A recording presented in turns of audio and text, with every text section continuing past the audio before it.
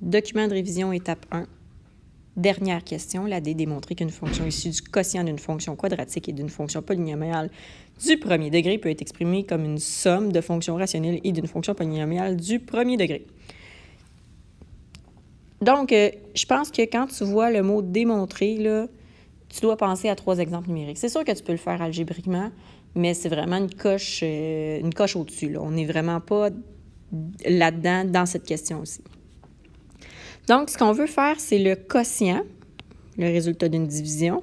Le quotient, c'est le résultat d'une division d'une fonction quadratique. Une fonction quadratique, c'est de degré 2, divisé par une fonction polynomiale de degré 1. Fait qu'on divise ça par le du degré 1. Puis, on dit que ça peut te donner une somme d'une fonction rationnelle et d'une fonction polynomiale du degré 1. Fait qu'une degré 1 avec une rationnelle. Fait que c'est ça qu'on veut obtenir grosso modo. Bien, en fait, il y a 2 manières d'y arriver. C'est de penser que ta degré 2, dans le fond, ça pourrait être on peut la factoriser en produit de, par exemple, x-1 par x-2. Bien, dans le fond, c'est une degré 1 par une degré 1 qu'on divise par une degré 1. Puis, si, par le plus grand des hasards, une de tes degrés 1 que tu as factorisée correspond à la même que tu avais en bas, ça n'arrivera pas souvent, il pourrait à la limite s'éliminer, puis ça te donnerait une degré 1, une affine finalement. Bingo, j'ai une affine. Mais ça va être super rare. Je vais te donner un exemple de ce que j'avance. Avec mon premier exemple, une affine avec une restriction, j'ai oublié de te le dire. Oups, je ne sais pas écrire le mot restriction. Avec une restriction, au moment à un x, il ne doit pas être valoir 0. Que le résultat de cette affine-là, ça ne va pas 0, avec une restriction. Donc, on pourrait aller se faire un exemple de cette situation-là. Si, par exemple, j'ai x2 plus 2x moins 8 sur x moins 2. Fait que là, j'ai une polynomiale de degré 2 sur une degré 1, assez simple. Je vais la factoriser en x plus 4 par x moins 2. Eh bien, surprise, en factorisant, je me rends compte que les deux s'éliminent. Donc, ça me donne x plus 4 avec une restriction. X ne doit pas être égal à 2. Pourquoi x ne peut pas être égal à 2? Parce que ça ferait en sorte que ce dénominateur-ci serait 0, puis on ne peut pas avoir un dénominateur de 0 dans l'équation de départ. Mais ça, c'est l'exemple qui va arriver super rarement.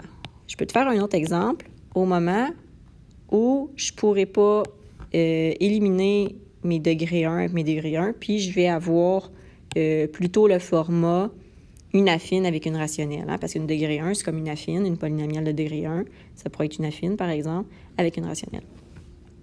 Donc, une qui ne fonctionne pas. 5x2 plus 2x plus 3 que je pourrais prendre divisé par x moins 2. Tu sais, prends pas des grands chiffres, surtout pour ton dénominateur, là, pour pouvoir rester le plus simple possible quand tu vas inventer tes exemples. Un dénominateur, il ne faut pas que ça reste trop difficile. Bon, ici, je n'arrive pas à factoriser, donc je vais faire une division en crochet. 5x2 plus 2x plus 3 que je divise par x moins 2. Donc, je peux mettre 5x ici. Donc, ça va me donner 5x2 moins 10x. Il reste plus 0 dans le fond. Je vais retirer le deuxième binôme du premier trinôme. Donc, les 5 partent. 2 plus 10, 12x, plus 3.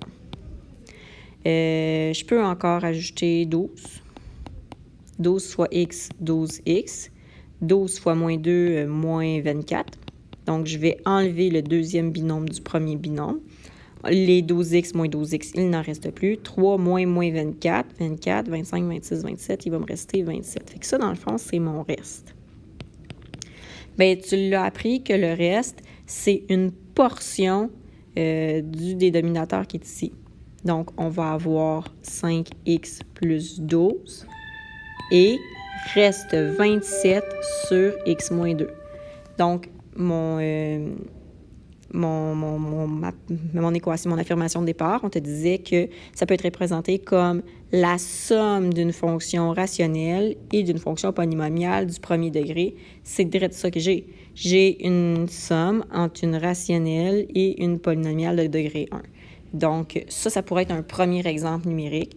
Il faudrait que j'en fasse un deuxième, puis un troisième, pour pouvoir dire que j'ai une conjecture qui est approuvée ou que j'ai démontré quelque chose. Donc, je fais 3 exemples numériques différents qui respectent les contraintes émises dans la question de départ pour pouvoir avoir tous mes points. Puis après ça, je peux émettre ma conjecture ou je peux émettre que l'affirmation était vraie ou fausse dans la question. Voilà, ça, c'était la dernière question.